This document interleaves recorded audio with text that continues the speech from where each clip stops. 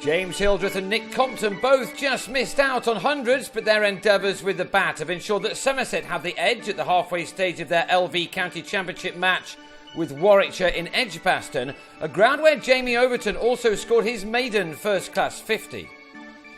Both Hildreth and Compton had 72 runs to their names as the second day got underway, with the visitors on 237 for 3 after being put in. These two were both eyeing up centuries as they looked to add to their fourth wicket partnership, which had realised 132 runs by the start of the second morning.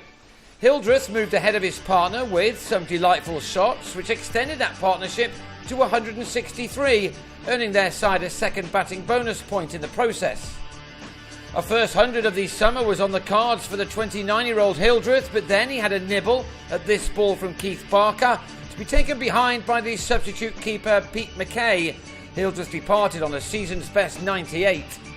Compton was still there. He'd added only 4 runs to his account in the day's first dozen overs.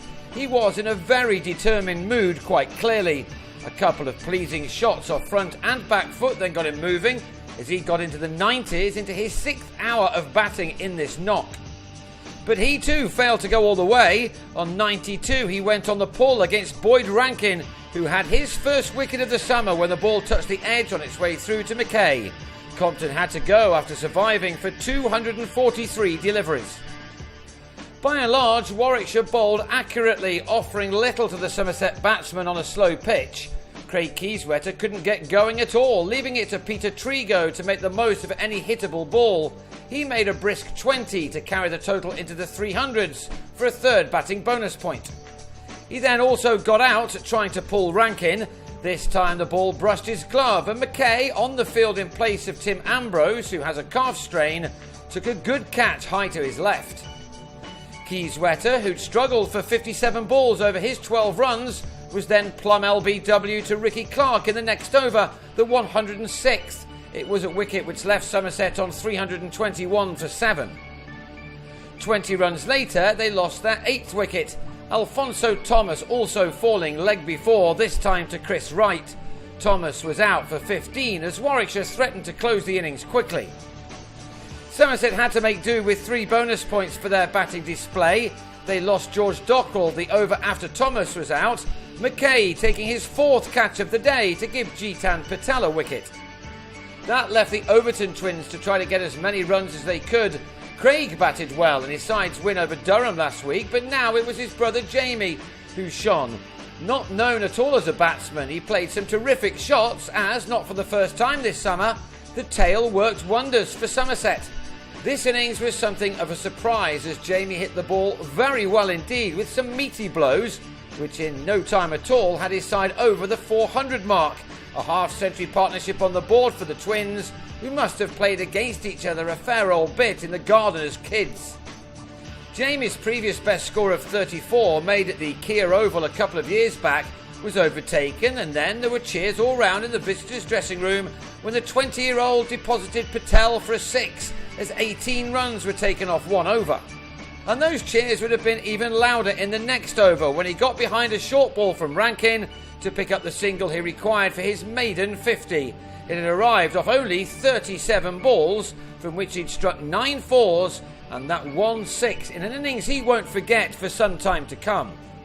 His partnership with his brother eventually made 69 runs in just 9.5 overs, Jamie's contribution being 56 when he swung Rankin out to Will Porterfield before running off to receive the applause of his teammates. He left with his brother undefeated on 15 as Somerset were at last dismissed for 411. Incidentally, that partnership was only 2 short of the best ever for the last wicket for Somerset against Warwickshire. 411 was another very handy total from a side which has made a few big scores already this year.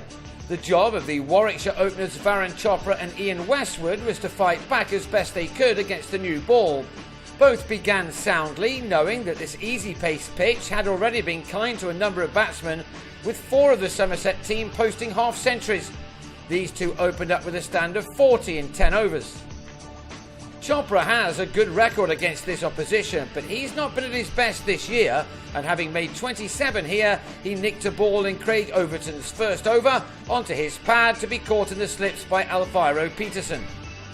Conditions were as good to bowl in as they had been for the rest of this match to date, but the Somerset attack didn't make the most of them.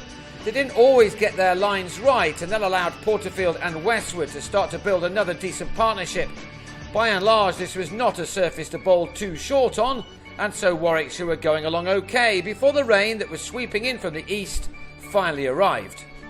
So the day ended prematurely with the home side responding to Somerset's score of 411 with one of 78 for 1, in which Westwood has made 29 and Porterfield 20. The forecast is not especially good from here, but when play does resume, Warwickshire will go again, trailing by 333 runs.